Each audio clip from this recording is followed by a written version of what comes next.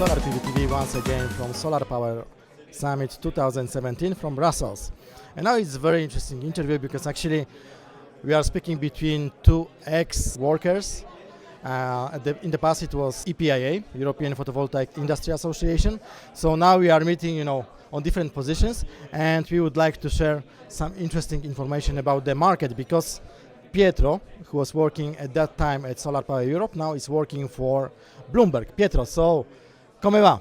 Molto bene, grazie. Bloomberg New Energy Finance. Yes, exactly. So Pietro, what is your role at Bloomberg actually? I'm a solar analyst. I follow market developments on the installation side, capacity added in different markets. On the financial side, so the profitability of PV projects, and the economic side, answering questions from our clients, which can be manufacturers, utilities, banks, financing companies, and so on. But you are focused on the European market or on the different markets? My main focus is Europe. I do look outside of Europe for certain topics. So the secondary market, which means the buyout of operational assets. We track the pricing for assets, then for other specific topics. And do you think that you remember in 2007 when you started at SolarPower Europe, it was the years of the boom in Europe, and how do you see now, from this perspective? So already you are 10 years in solar, so how do you see now the European market? Well, the markets have changed a lot since 2007. There was a peak in Europe in terms of new capacity additions, and that peak came in 2010, 2011, when Germany and Italy were each installing 10 gigawatts a year. The situation is very different today, and we are looking at a total size of the European market of about 7 gigawatts. So perhaps we have hit the bottom, and slowly Europe as a whole is gonna increase volumes. We see new markets coming online, some markets that we were expecting to increase, but some other ones which did surprise us. I'm thinking of Ukraine, which installed couple of hundred of megawatts last year to a complete surprise to us. So developers are trying to figure out which markets to enter or what strategy to take up. Which kind of business models also? And business models, because the volume is limited. Governments don't want too much capacity to come online, of course, as penetration levels are quite high. Especially, I'm thinking of Italy, Greece, which have hit 8% yearly average. So looking at new business models and new markets. Tenders is a big trend. So tenders is a lifeline for developers such as Enerpark. We had discussions today during the panel telling us how the German market, they have specialized only in one market, the German one, but they are highly competitive also thanks to the low cost of capital. This is the kind of discussions that we were having today. How do you observe now, the transition of big utilities like RWE, like Enel, towards clean energies? Do you think that it will be also like one of the facilitators of the transition of the market towards solar energy, clean energies? So the good thing is that they pushed down the hurdle IRRs. What I mean by that is that the cost of capital for utilities is much lower than the previous typical financing guys who were private equity investors, which would have IRRs sometimes in the double-digit range, if I think of markets such as Italy, Spain back in the days. But even more recently, they did push down cost of capital and ultimately the cost of generating by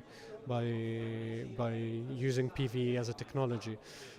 They have experience in the engineering, and so it's an increasingly competitive market, not only in Europe but also outside of Europe. And we've been seeing this via the tenders. I'm thinking of Chile, Argentina, Mexico, United Arab Emirates, India. Think about Fortum entering the Indian market, winning tenders there, and having pipeline of half a gigawatt in size. So the technology is the same, but the players perhaps have changed over the years. And what about, because you are dealing also with the secondary markets, yes? Yeah. And what about secondary markets now in Europe? How does it look, the business actually for this? So despite the fact that market size in terms of new build has shrunk over the years, the volume of transactions on the secondary market is quite stable. Even in markets such as Spain, which are adding zero capacity. We've had transactions, big portfolios passing hands. International hedge funds, US hedge funds for Spain interested in purchasing these assets and restructuring the debt. Italy also is a strong market in terms of secondary markets. We have international private equity funds, British ones listed in London looking into creating their portfolio, bundling 1 megawatt assets.